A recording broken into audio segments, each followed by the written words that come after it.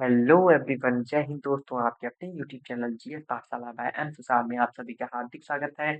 जैसा कि पिछले लेक्चर में हमने आयनिक कंपाउंड के बारे में डिस्कस किया था और आज हम इसी लेक्चर को कंटिन्यू करते हैं। मेटल एंड नॉन मेटल का ये टॉपिक है क्लास 10 सीबीएसई का और आज हम इसको आगे कंटिन्यू करते हैं दोस्तों। आई होप आप स्वस्थ होंगे, मस्त होंगे, लाइफ को एंजॉय कर रहे होंगे और ऐसे ही हमारे चैनल को प्यार देते रहिए और हो सके आप हमारे चैनल को, हमारे लेक्चर को शेयर करते रहें ताकि हम और लोगों से भी कनेक्ट हो सकें और हमारे चैनल को, हमारे लेक्चर को, हमारे वीडियोस को लाइक करते रहें, सब्सक्राइब करते रहें हमारे चैनल को।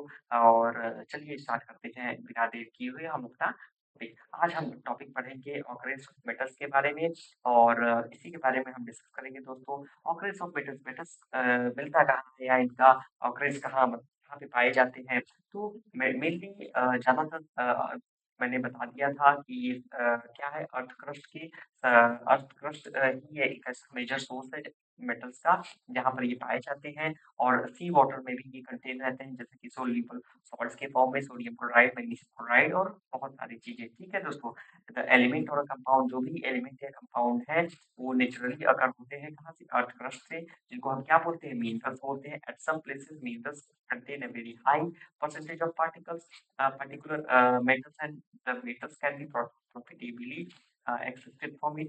और इसी को हम क्या बोलते हैं, ऐसे मिनरल्स को हम क्या बोलते हैं, ओर्स बोलते हैं। मतलब कुछ प्लेसेस पे जहाँ पर मिनरल्स बहुत ज्यादा हाई परसेंटेज में पाए जाएं और ज्यादातर आपके मेटल्स हो सकते हैं एंड काफी प्रॉफिटेबल हो सकते हैं और ऐसे मिनरल्स को ही हम ओर्स बोलते हैं। और एक्सट्रैक्शन ऑफ मेटल्स, मेटल्स का एक्सट्रैक्शन कैसे करते हैं, मतलब उसको निकालते कैसे हैं, इसके बारे में डिस्कस करेंगे। और जैसा कि आपने रिएक्टिविटी सीरीज में देखा होगा, मेटल्स के बारे में पढ़ा था कि सबकी क्वालिटी अलग अलग होती है, सबकी प्रॉपर्टीज अलग अलग होती हैं।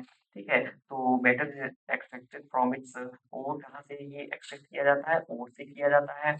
सब मेटल्स जो होते हैं अर्थ क्रस्ट में फ्री स्टेट में भी पाए जाते हैं और कुछ तो कंपाउंड के फॉर्म में पाए जाते हैं। और मेटल जो कि bottom of the activity series में है, उनका जो रिएक्टिविटी होता है वो काफी लो होता है। जैसे कि सिल्वर और गोल्ड, प्लेटिनम, ये सब क्या है, बहुत ही लीस्ट रिएक्टिव एलिमेंट्स हैं या मेटल्स हैं। ठीक है दोस्तों, they are often found in a free state. और ये कहाँ पे पाए जाते हैं, फ्री स्टेट में पाए जाते हैं। जैसे gold, silver, platinum and copper are found in the free state. Copper और सिल्वर जो होते हैं वो कंबाइंड स्टेट में होते हैं, जैसे सल्फर ऑक्साइड या सल्फर सल्फाइड या ऑक्साइड के फॉर्म में। ठीक है दोस्तों, और the metals at the top of the जो एक्टिविटी सीरीज में, रिएक्टिविटी सीरीज में होते हैं, जैसे कि सोडियम हो गया, पोटेशियम हो गया, कैल्शियम हो गया, मैग्नीशियम हो गया, एल्युमिनियम हो गया, ये बहुत ही रिएक्टिव है। दे आर नेवर फाउंड, ये कभी फ्री एलिमेंट या फ्री स्टेट में नहीं फाउंड, नहीं पाए जाते हैं। ठीक है, the metals in the middle of the activity series की बात करें तो जिंक हो गया, आयरन हो गया, लेड हो गया, कि मॉडरेट है, मतलब इनकी रिएक्टिविटी मतलब एवरेज है। ठीक है, ये कह सकते हैं आप। और they are found in earth crust mainly as oxides के फॉर्म में, सल्फाइड के फॉर्म में और या कार्बोनेट्स के फॉर्म में पाए जाते हैं। और ores of many metals are oxides, बहुत सारे ओर्स हैं जो कि इनके मतलब कि वो ऑक्साइड की फॉर्म में कह सकते हैं कि वो और पाए जाते हैं। एंड ऐसा क्यों होता है, क्योंकि ऑक्सीजन के साथ ये क्या कर देते हैं, रिएक्ट कर जाते हैं। बहुत रिएक्टिव एलिमेंट होते हैं और बहुत ज्यादा मात्रा में भी पाए जाते हैं। ठीक है, ऑक्सीजन जो है आपका रिएक्टिव, सॉरी, ऑक्सीजन जो है आपका बहुत ही रिएक्टिव एलिमेंट है और बहुत ज़्यादा मात्रा में पाया जाता है। ठीक है, इस वजह से यहाँ पर आप देख सकते हैं रिएक्टिविटी सीरीज। सोडियम हो गया, सॉरी, पोटेशियम हो गया, सोडियम हो गया, कैल्शियम हो गया, मैग्नीशियम हो गया, एल्युमिनियम भी इलेक्ट्रोलिसिस के थ्रू इनको सेपरेट कर सकते हैं। और जिंक, आयरन, लेड, कॉपर है तो रिडक्शन इनका कार्बन के थ्रू हो सकता है। और ये क्या है, सिल्वर और गोल्ड, ये क्या है, नेटिव स्टेट में पाए जाते हैं। तो इनकी एक्टिविटी सीरीज है टॉप टू बॉटम, जब मूव करते हैं तो एक्टिविटी सीरीज डिक्रीज होती है। इनकी रिएक्टिव कह सकते हैं कि इनकी रिएक्ट करने की क्षमता, कैपेसिटी कम होती है। ठीक है, टॉप टू बॉटम जाने पे।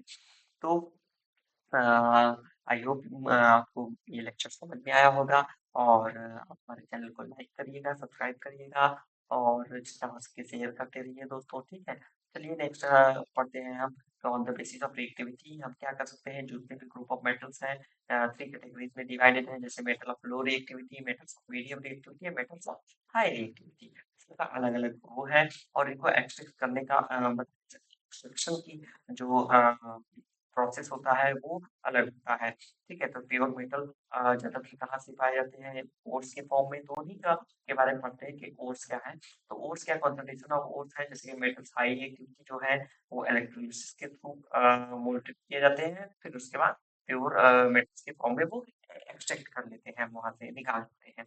मेटल्स ऑफ मीडियम रिएक्टिविटी है तो वो प्रोसेस होगा, या तो वो कार्बोनेट का ओर होगा या सल्फाइड का। अगर कार्बोनेट का है तो कैल्सिनेशन प्रोसेस यूज़ करेंगे और उसके बाद ऑक्साइड ऑफ मेटल्स यूज़ करेंगे, फिर उसके बाद रिडक्शन करेंगे मेटल्स का, फिर उसके बाद प्यूरिफिकेशन करेंगे। ये इतना लंबा प्रोसेस होता है जब रिएक्टिविटी जिस मेटल की मीडियम होती है, या कह सकते हैं कि एवरेज होती है। और सल्फाइड का ओर है तो उसके लिए रोस्टिंग करेंगे, ऑक्साइड ऑफ मेटल्स करेंगे, फिर अगेन रिडक्शन टू मेटल्स होगा, फिर प्यूरिफिकेशन ऑफ मेटल्स होगा। ठीक है दोस्तों, ये स्टेप्स हैं जो कि इन्वॉल्व होते हैं एक्सट्रैक्शन ऑफ मेटल्स। कहाँ से? ओर से हम इनको एक्सट्रैक्ट करते हैं। तो और बाकी हाई एक्टिविटी अगर है, सॉरी, लो रिएक्टिविटी है तो उसका सल्फाइड का ओर होगा, रोस्टिंग होगा, मेटल्स पाए जाएंगे और उनको रिफाइन किया जाता है। तो ये प्रोसेस है, इनके थ्रू हम मेटल्स को क्या कर सकते हैं? एक्सट्रैक्ट कर सकते हैं और प्योर फॉर्म में कन्वर्ट कर सकते हैं। ठीक है? और ये ज़्यादातर कहाँ से इसको यूज़ करते हैं? ओर्स के थ्रू इनको मेटल्स को हम एक्सट्रैक्ट करते हैं, निकालते हैं। ठीक है, आई होप मेरी बातें आपको समझ में आ रही होंगी। एनरिचमेंट ऑफ ओर्स क्या होता है? Ores mind from the earth crust से ही हो है, ज़्यादातर यूजुअली कंटामिनेटेड होते हैं, लार्ज अमाउंट ऑफ इम्प्योरिटीज़ इसमें रहती है, जैसे सॉइल्स हो गया और सैंड हो गया। तो इस इम्प्योरिटीज़ को क्या बोलते हैं? गैंग बोलते हैं।